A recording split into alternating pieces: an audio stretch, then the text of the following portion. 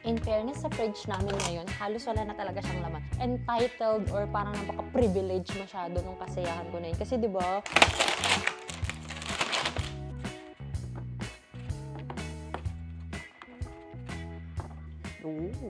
sarap ihagod ng knife.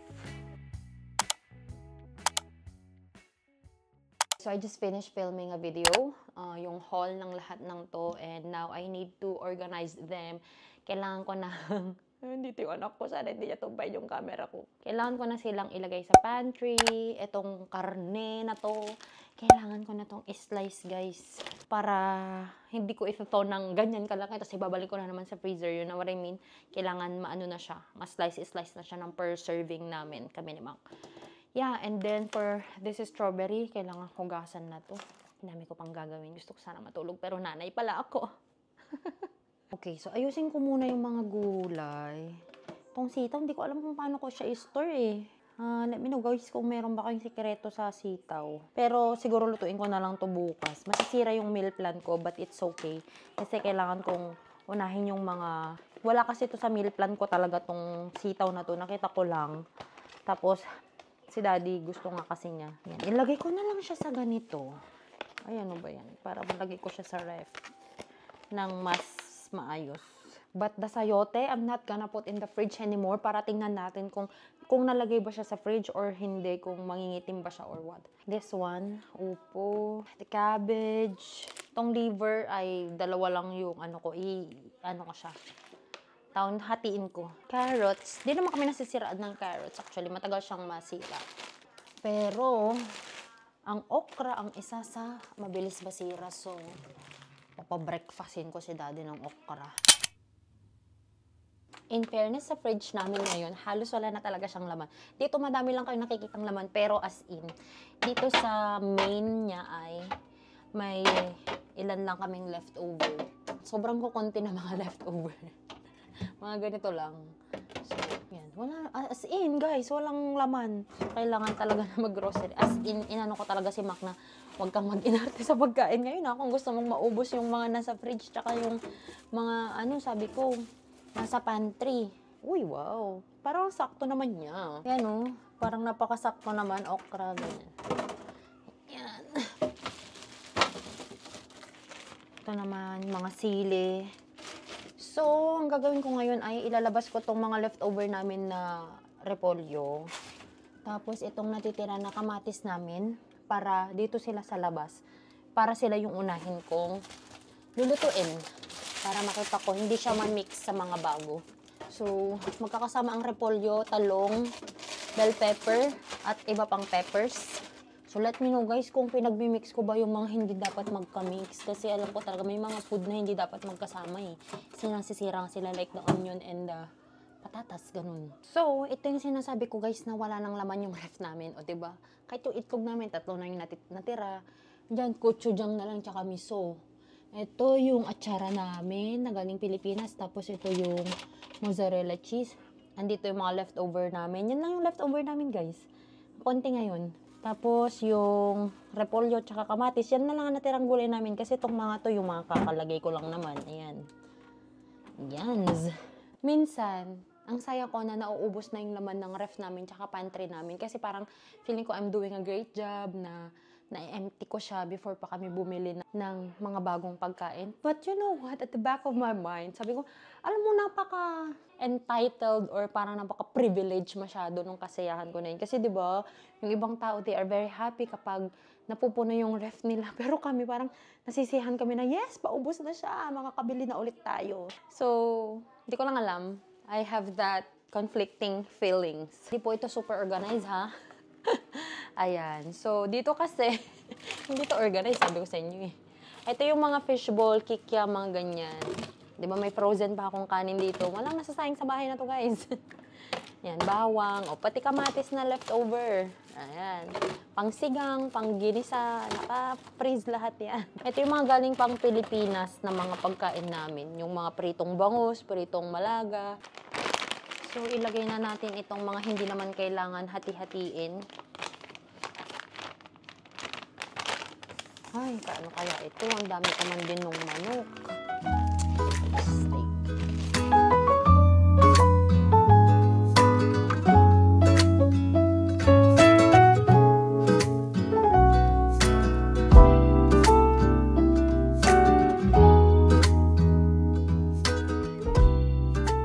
one, hahatiin ko siya kasi pang sahog ko lang to sa spaghetti namin. Longganisa. Freeze na natin to. Madali lang naman to guys. Hindi ko to tinato. Hindi na kailangan ito. Kahit 4 lang yung kukunin ko. Kasi gugunting ko lang siya tapos binuboil ko na. So I don't need to.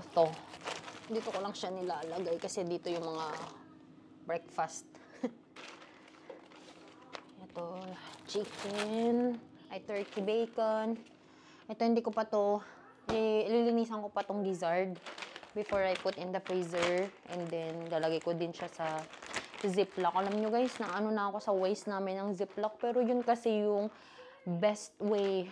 Mas magastos kasi kami sa plastic kung bibili ako nung vacuum seal. Kasi hindi mo na yung marireuse. At least yung ziplock, nare-reuse pa. Pag ilalagay ko naman kasi siya sa, alam mo yung baonan. Mga ganun. Magkaka-freezer burn kasi siya. Nasisira yung meat. Eh, di ba, ang tagal lang namin kinukonsume. Buti sana kung within a week na-consume na namin. Okay lang sana na naka-ganun siya. Hindi siya ma-freezer burn. Kaso, months. Kasi sa amin, 1 month bago namin maubos yung mga chicken, ganyan, mga meat. So, pag sa Costco ka kasi bumili, eh, syempre, mas doon kami mas nakakamura. Kaysa naman mag-Walmart kami, mas mahal doon ang pagkain. Kasi hindi wholesale. Alam nyo guys, usually yung mga nandito sa door, ito yung mga hindi ko napapansin kasi feeling ko palaman lang yung nandito. Tsaka dressing. Pero minsan nakakalimutan ko meron pala kaming cream cheese dyan, meron pala kaming butter, ganun. Kailangan to na may sapin sana eh. So hindi ko muna siya ilalagay. Pakita ko na lang din sa inyo yung unorganized pantry namin guys. Sabi ko, since yun yung walang aesthetic dito eh. Siyempre, inaayos naman to, pero pag nagtagal na, lalo na kapag may kumuha ng gamit na hindi ako. Ayun na. Hindi na bumabalik. So, ayan. Madami pa siyang laman. Pero bakit feeling ko wala akong maluto? Kasi naman, hindi talaga siya... Hindi siya pang main dish. You know what I mean? So, kaganito, mga pang salad naman yan. Pang breakfast, pang steak, ganun.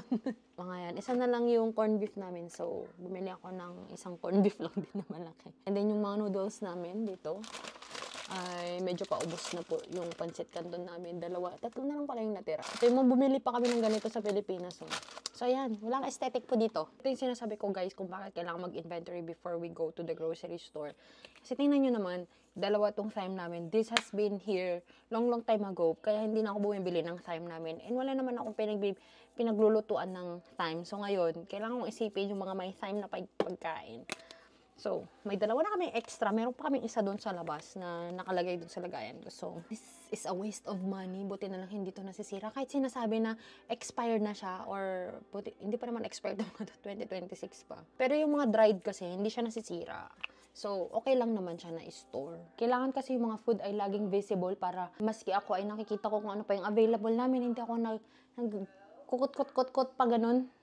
So, para alam din ni Daddy kung ano yung available. Kaya yung mga snacks namin, nilalagay ko na dito. Kasi si Daddy naman, snack lang naman yan hinahanap niyan. Hala, mukhang hindi magkakasya yung praise the Lord naman ang problema natin. Ang ganda ng problema, walang mapaglagyan ng pagkain. Pero, saan natin ilalagay yung beef and yung chicken? Last 6 na, hindi pa ako nakaluto. Buti na lang, tulog pa yung boss ko. Boss. Bad trip na naman yun. Actually, alam ko yung mga bilang ng mga... As in, guys, binibilang ko talaga yan para makita ko kung ilan pa yung kailangan namin. Kasi ayoko na ma-short kami sa pagkain. Ayoko na nadi-disappoint si Daddy na, ay, ba't ganun walang pagkain, ganun.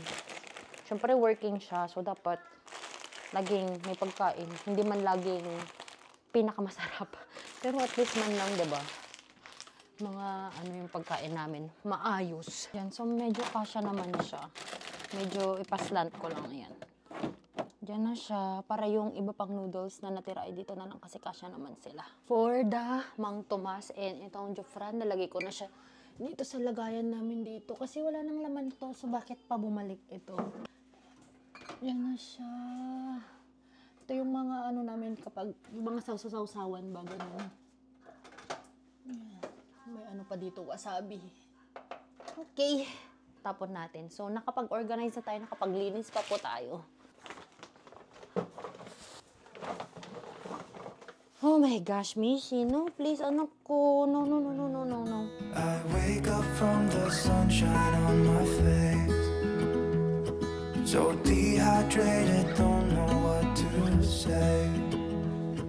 Who's sleeping by my side? What did I do last night? Can someone make this headache go away? Okay, so ganito yung ginawa ko for now. At least I can see almost everything. So nakikita ko, kasi nga may ganito ako, yung riser siya ng canned goods. Para siyang hagdan. So nakikita ko lahat na kung anong meron kami. So mas madali for me na makita kung ano yung pwede ko pang lutuin. At saka may meal plan naman ako. So kung ano yung mga ingredients na meron ako. We were dancing in the dark with a feeling in our eyes. Felt like we had it all. We were dancing in the dark. We were dancing in the dark. Wow, oh, oh, oh, wow, oh, oh, oh, wow, oh, oh.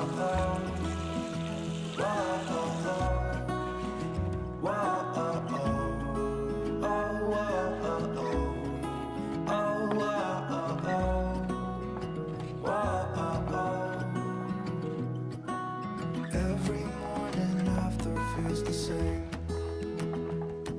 I know I only have myself to blame. We're drinking too much. I guess I got caught up. Can someone make this headache go away? We were dancing in the dark with a feeling in our eyes. Felt like we had it all. We were dancing in the dark. We were dancing in the dark. We were dancing in the dark with a feeling in our eyes. Felt like we had it all. We were dancing in the dark. We were dancing in the dark. Wow, oh, oh, oh, wow, oh, oh, oh, wow, oh, oh. Sarap.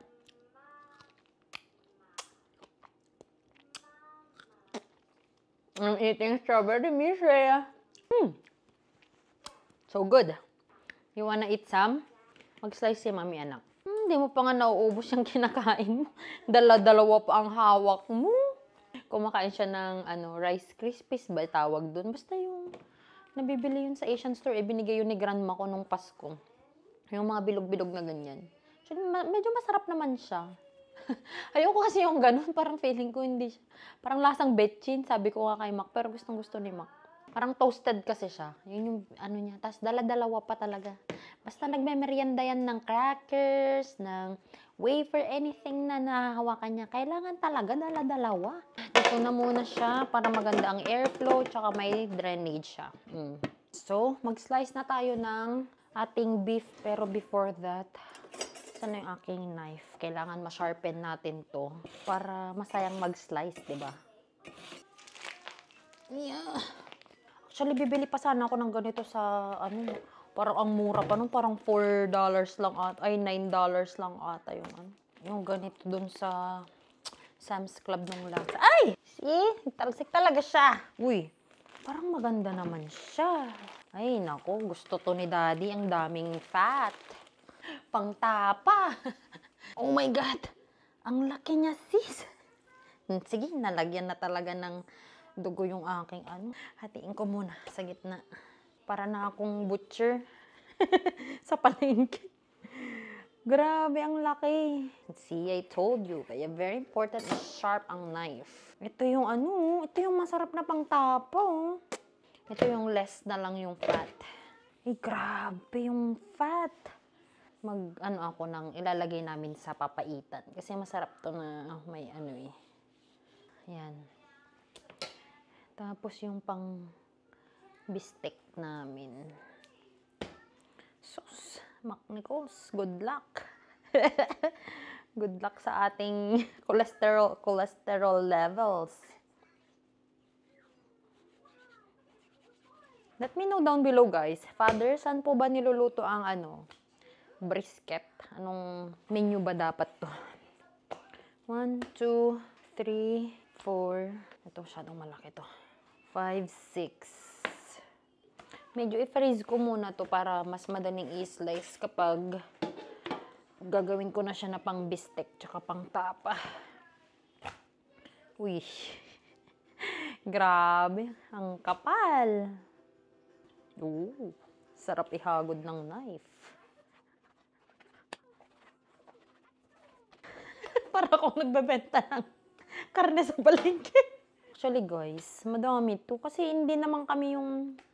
Usually naman may mga gulay yung mga kinakain naming beef. Ay, mag-slice na ako ng pang-ano namin. Pang-ulam namin tonight. Ito yung hindi masyadong mataba. Ay, mataba pa din siya. Dapat daw against the fiber.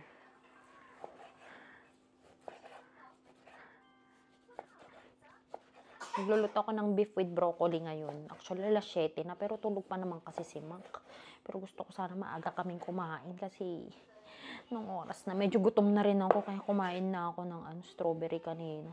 Kanina kasi gusto niya ng chicken rotisserie sa Costco. Eh, sinabi lang niya nung nakalabas na kami para pang dinner na lang daw sana namin. Kasi dapat nga mag-Olive Garden kami kaya walang nakaisip nung nandun. Pero nung nabusog na kami ng pizza, wala nang gustong kumain sa Olive Garden. Kalimutan na namin. Tapos nung nasa Walmart kami, may rotisserie din doon. Kaya sabi ko, gusto mo pa ba ng rotisserie chicken? Or gusto mo na magluto ako ng beef with broccoli?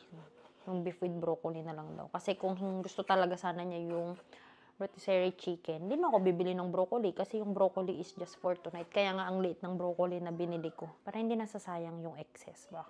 Enough na to na pang dinner namin. So, okay lang pala na yung size pala nito, okay na siya na pang ano namin, isang meal namin pala. Ay, naku, masisiyahan to. Masisiyahan sa taba kapag pinapaitan ng luto nito. Magluto yata ako ng pinapaitan ng lunch namin bukas Iba yung nasa ano ko nasa meal plan ko, pero pwede na naman nating baguhin. Magluto muna ako ng dinner namin bago ko ituloy ang pag-aayos dito. Ano nyo ba? May nagsabi na wag daw hugasan yung chicken kasi magkakasalmonella. So, ibig mong sabihin yung water ang nagdadala ng salmonella. Hindi daw pwedeng hugasan kasi magkakalat yung salmonella na galing sa chicken. Kaya kailangan lutuin mo ng maigi ang chicken. Kaya kung gusto mo pa rin hugasan yung chicken mo, you should be careful to contain na yung wala kang matalsik-talsikan na it should just be sa sink ninyo. So far naman, okay pa naman. Di pa naman kami nasa-salmonella. Nugasan ko naman yung chicken namin. So good news guys, ito palang mga chicken drumsticks ay 4 lang pala yung laman niya per pack. So hindi ko na siya ilalagay sa ziplock. Ganito na kasi naka-vacuum seal lang din naman. So ganyan na i-freeze natin. Itong chicken thigh, parang feeling ko isang kainan lang din naman namin ito. Ganun na rin ata ang gawin ko. Para hindi ko na tinatamad na ako. Yeah, sakto lang din na isang kainan namin yung isang ganito. Kasi kung ilang pounds pa to? 10 pounds? Ay, 10.35. 2, 4, 6, 8. Ay, hindi. Masyadong madami. At least kasi ito makita mo talaga tig-4 So, itong chicken thigh ay iaano ko. Pero siguro bukas na i-ref ko muna sila kasi gabi na guys. It's already 7:43. Hindi pa ako nakapagluto para magising ko na si Mac. Ayan. So, tutuloy ko bukas kasi ito pang gizzard. Gusto ko pang linisan muna to before ko sila ipack. Pati itong beef. So, what I'm gonna do is cover ko na to ng cling wrap and then i-fridge ko muna sila. Ay, pagod na ako. So, itong cling wrap na to ay inuubos ko na lang din from our pantry. Hindi ko pa maubos kasi meron pa kaming ano dyan. Ayoko na ng plastic na bumili ng cling wrap kasi hindi naman na yung masyadong gamit. Kasi ang pagkagamit mo lang sa ganito, eh, ang dami naman namin baunan. So, pag naubos ko na yan, hindi na ako bibili kasi meron pa naman kaming foil. Yun na lang yung gagamitin ko. Kasi heavy duty pa yung foil namin dyan. At least kasi yung foil, magagamit mo siya sa ganito. Magagamit mo din siya sa baking. So, mas nagagamit talaga siya. Nag-slice na rin ako guys ng pang pinapaitan namin for tomorrow para lunch namin. Para kahit late kami magising, at least shoot ko na lang siya tomorrow. Kasi for sure, late na talaga kami din. Wala kaming appointment bukas eh. So, kung hindi kami gigisingin ni Mishi, hindi kami baba. Nagigising lang naman kami na kay Mishi. So, ito ko na rin itong tripod. So, yun lang po guys for this vlog. I hope you enjoyed watching. Hindi na ako magtutuloy na magre-record or mag-film ng mga gawain dito like yung pagluluto. Kasi I know it's gonna be so long na and ayoko rin naman na i-take a lot of time from you para makagawa pa kayo ng ibang gawain ninyo. So, salamat everyone for watching. Thank you so much for all the support. If you haven't subscribed to my channel yet, please do subscribe and hit the notification bell button para lagi kang ma-update every time that I upload a video here on this channel. And I hope may natutunan ulit kayo sa vlog na ito. And if you haven't followed me yet on my Instagram and on my Facebook, the name is Sherif Mia. And I'll talk to you guys on our next one. Bye!